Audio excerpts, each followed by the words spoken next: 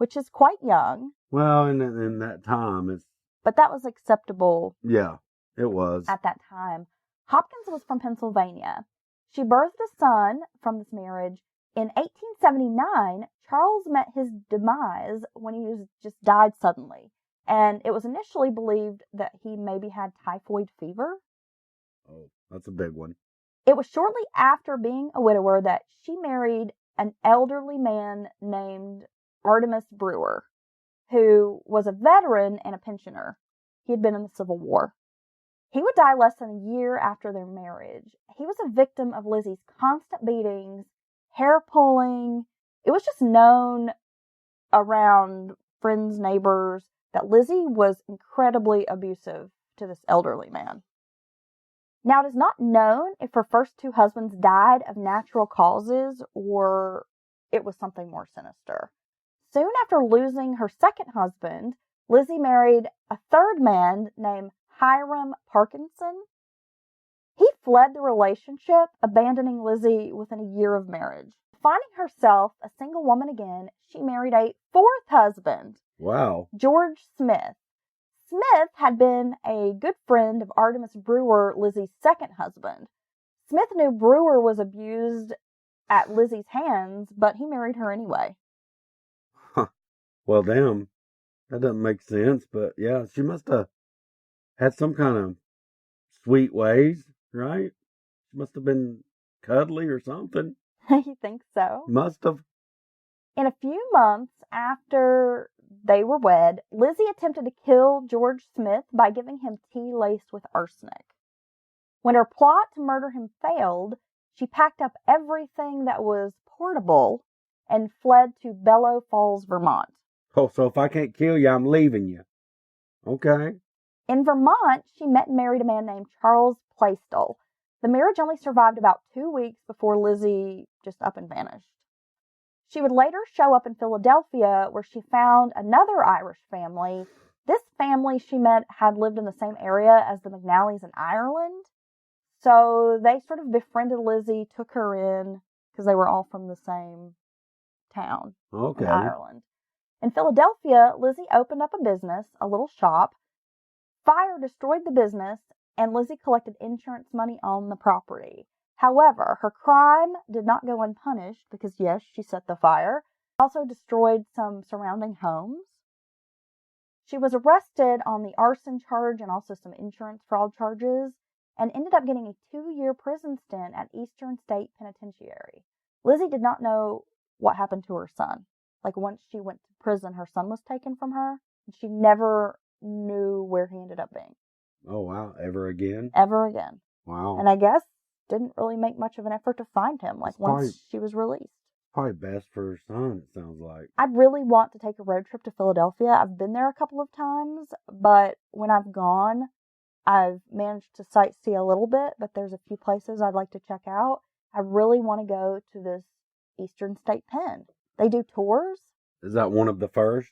And what's his name? Al Capone, I believe, was there for a bit. And yeah, it's one of the really big old prisons. It'll be a fun trip. Back then, was that under that whole, gosh, what is it? The Puritan reform, heavy-handed prison shit? Well, I don't know. Oh. I'm not a prison expert. Okay. I mean, you can find out and let us know next time. Yeah, I'll complete my thought later and let y'all know. Okay, after serving 2 years in prison, Lizzie got out, changed her name from McNally to Brown. She went to Newburgh, where she met an elderly Civil War veteran named Paul Halliday. Paul owned a farm in Sullivan County, New York, which is in the upstate part of New York. He had 6 kids from a previous marriage. One of his children was described as severely disabled. Paul was Irish, and Lizzie told him she had just arrived in this country from Ireland. The two hit it off. Lizzie started working for Halliday as a housekeeper, but soon after the pair married, around 1890. Neighbors would later state the marriage was anything but happy, and that Paul Halliday only married Lizzie because he didn't want to have to pay her wages to be the housekeeper. That's pretty extreme. But again, did not have a happy married life. She burned down Paul's barn and mill at some point. she told Paul that his disabled son had died in the fire trying to help her escape. But the son's door was locked and Lizzie had the key, and there's really no way that this guy could have died in a fire helping her escape. But Paul didn't look too much into this, I guess, because he stayed married to her. What the hell? Yeah. That's crazy. She would burn down several buildings on Paul's property. At some point, she tries to elope with a neighbor who was a horse thief. She stole Paul's horses and took them into town to try to sell them with this other man. The other man eventually left her. She gets arrested. She pleads insanity and is placed in an asylum. What the hell? After a year, she was released from the hospital. Doctors stated that she was cured. She went back to her husband, Paul Halliday. Another year passed, and then suddenly Paul was nowhere to be found. Lizzie told his kids and neighbors he was traveling and would return soon, but they were suspicious. Now, this is where the story gets kind of odd, okay? Well, it's been pretty damn odd up to this point. Yeah. The McQuillan family was another family in town that lived kind of near the Hallidays. At some point, a woman named Mrs. Smith, as she stated, showed up at the McQuillan's home saying she needed a housekeeper and needed some help. Mrs. Margaret McQuillan had gone with Mrs. Smith over to the Halliday home. Mrs. Smith later showed up at the McQuillan household again, telling the daughter Sarah that her mother had an accident and she needed to come help. Nobody knew this Mrs. Smith in town. Mr. McQuillan was very confused. His wife had gone off with this strange woman. Now his daughter's gone. Nobody knows who Mrs. Smith is when he's asking around about the Smith family. Lizzie was the last to see these women alive. And can you guess who Mrs. Smith really was? It's Lizzie. Oh, shit. Yes. Halliday's sons was suspicious of Lizzie and the missing father, so he eventually got the police to come to the house with a search warrant. It is said Lizzie was cleaning fresh blood from the carpets when the police showed up. She goes after the head detective with a floorboard, hitting him with it. Just freaking out.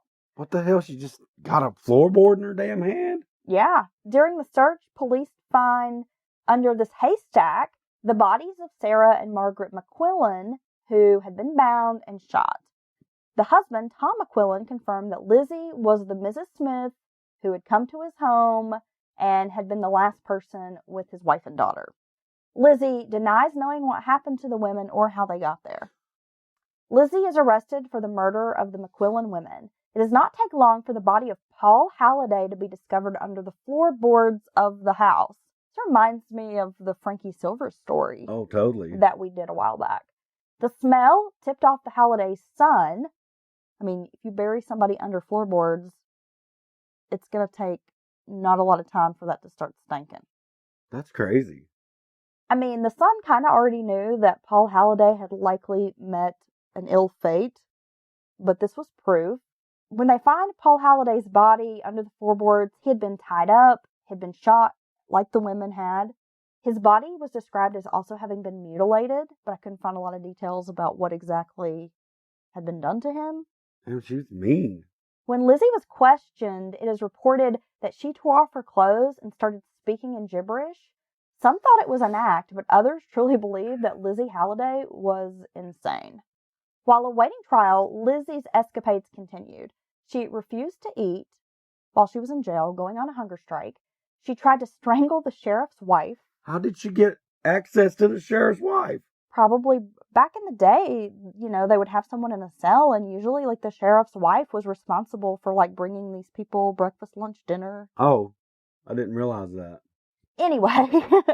Otis never got damn. Andy's wife never took Otis food in the jail cell. Okay, Dawn. She sets her clothes on fire. She tried to hang herself. She also cut her throat and arms with broken glass. Her behavior was so dangerous and erratic, she had to be chained to the jail floor. My God. Her moments of insanity were often when she was being tied to a crime or being asked about her crimes. That's when she would just fly off the handle and start exhibiting this really bizarre behaviors. Other times, she was really quiet and calm. Ah, that says something. The county sheriff was a man named Harrison Beecher. He told the press he thought Lizzie was Jack the Ripper. Now, there was no evidence to support this claim, obviously. Her story made front-page headlines in New York City and across the country. The Jack the Ripper involvement made headlines down in Maryland and Ohio. The press tagged Lizzie as the worst woman in the world. Damn, that's a pretty big statement.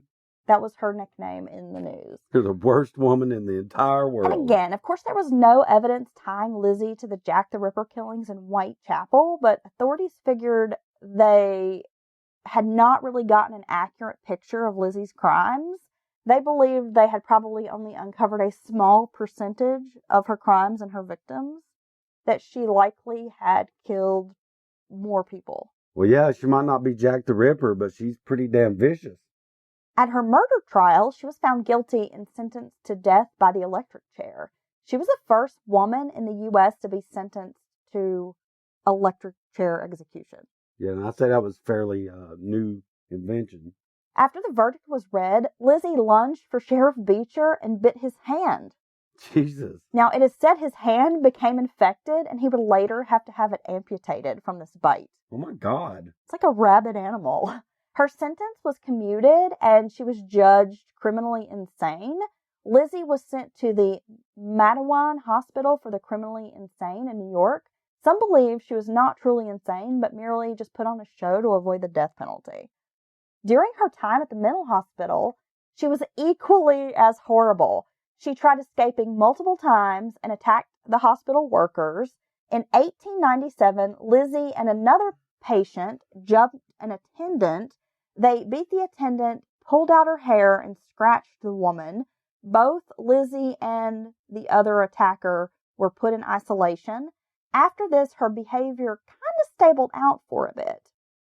But it was in 1906 that Lizzie Halliday attacked a nurse named Nellie Wicks. Now, Nellie Wicks was a 24-year-old who had recently been promoted to head of the women's unit. Lizzie attacks her with a pair of scissors, stabbing the woman over 200 times. Oh my God. So here's the story. Wicks worked often one-on-one with Lizzie. Wicks was described as this very kind, loving, empathetic nurse. And she really was concerned about Lizzie and befriended her. She would give her extra privileges. And they say Lizzie seemed to truly love this woman. What the hell? And have a good relationship with her.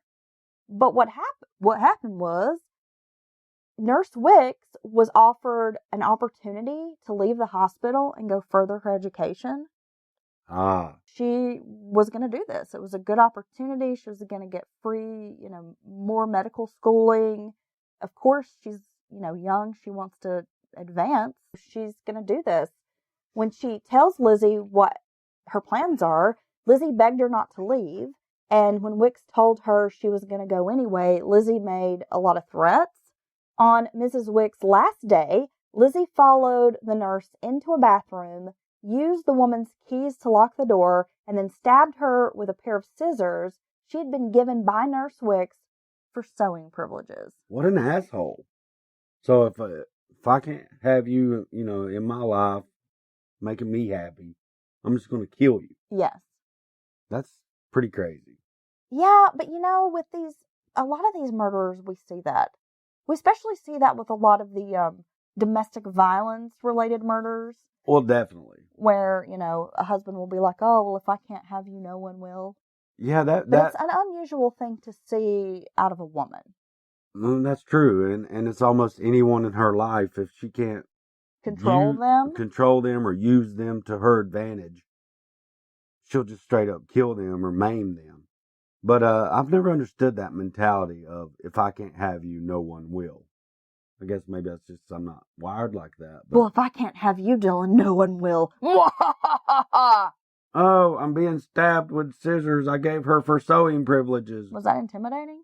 Oh, I've been stabbed 200 times? Yeah, with sewing? some little ass scissors? Yeah. Oh, that's like a death by 1,000 cuts. I know. That's fucking horrible. On June 18th, 1918, Lizzie Halliday died. She was buried in an unmarked